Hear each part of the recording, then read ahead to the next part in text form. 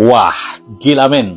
Kalau benar hutang kita 20.000 triliun, wah, ini angka yang benar-benar bombastis ya, di luar dugaan kita. Kabarnya, saya mendapatkan informasi dari sumber yang menyampaikan kepada saya, Presiden Prabowo sangat marah besar ketika mengetahui bahwa benar hutang itu sesungguhnya bukan hanya 8.000 triliun, ya. Karena dilaporkan kepada beliau itu cuma segitu, dan kemudian bengkak menjadi 12.000 triliun, kemudian naik. Dan kabarnya itu hampir menembus 20.000 triliun hutang kita. Wow, berapa ratus persen dari rasio APBN kita ya. Dan ini sudah di luar batas wajar ya. Anda bisa bayangkan kalau hutang kita sampai titik itu, wajar kalau kemudian arus mudik, jumlah pemudiknya menjadi turun, putaran uang juga menurun, daya beli juga anjlok. Nah, ini wajar ya. Dan kita nggak usah heran, karena memang ketika Presiden Jokowi menganggarkan proyek ugal-ugalan pada pembangunan jalan tol yang menghabiskan uang ratusan triliun, kemudian pembangunan bandara yang juga ratusan triliun dihabiskan uang, ini semua tidak dalam sebuah kalkulasi ekonomi yang matang ya. Bandara yang dibangun kemudian tidak ada feedback pendapatan ya, NBP-nya tidak masuk ke kas negara, justru negara makin mengeluarkan uang untuk membiayai maintenance-nya, pemeliharaan dan lain-lain yang ujung-ujungnya membebani APBN. Begitu juga proyek IKN yang gila-gilaan, ujung-ujungnya membebani APBN. Teriak investasi juga ujung-ujungnya membebani APBN.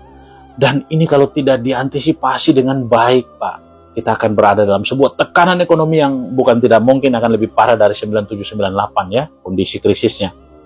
Nah, karena itu efisiensi harus dilakukan dengan sungguh-sungguh. Presiden harus lakukan efisiensi dengan sungguh-sungguh. Bukan memindahkan pos anggaran dari satu lembaga atau kementerian, kemudian pindahkan ke dana TARA. Hanya untuk target biayai hilirisasi, target untuk biayai makan bergizi. Kalau cuma konsentrasi ini, kita akan berada dalam kondisi yang lebih parah, Pak Presiden. Karena itu efisiensi harus dilakukan dengan seefisien mungkin, Pak. Pertama, pemegahan struktur kabinet itu diefisienkan, Pak. Jumlahnya terlalu bengkak, Pak. Turunkan jumlahnya, Pak. Menteri-menterinya diganti, Pak, yang bidang ekonomi itu. Cari orang-orang profesional dan independen, Pak, yang benar-benar dipercaya oleh pasar, Pak. Dan jumlahnya dikecilkan, Pak Presiden. Kemudian pos pembiayaan itu, Pak. Konsentrasi yang berhubungan langsung dengan ekonomi masyarakat, Pak. Daya beli supaya daya beli meningkat, Pak. Kasih pinjaman ke UMKM, ke UMKM, ke UKM, Pak. Tanpa ada agunan segala macam, Pak. Supaya ngerangsang daya beli, Pak. Proyek padat karya didorong, Pak Presiden. Supaya benar-benar ngerangsang, Pak. Daya beli dan interaksi ekonomi, interaksi pasar itu benar-benar menjadi efisien, Pak. Menggerakkan sektor ekonomi real, Pak.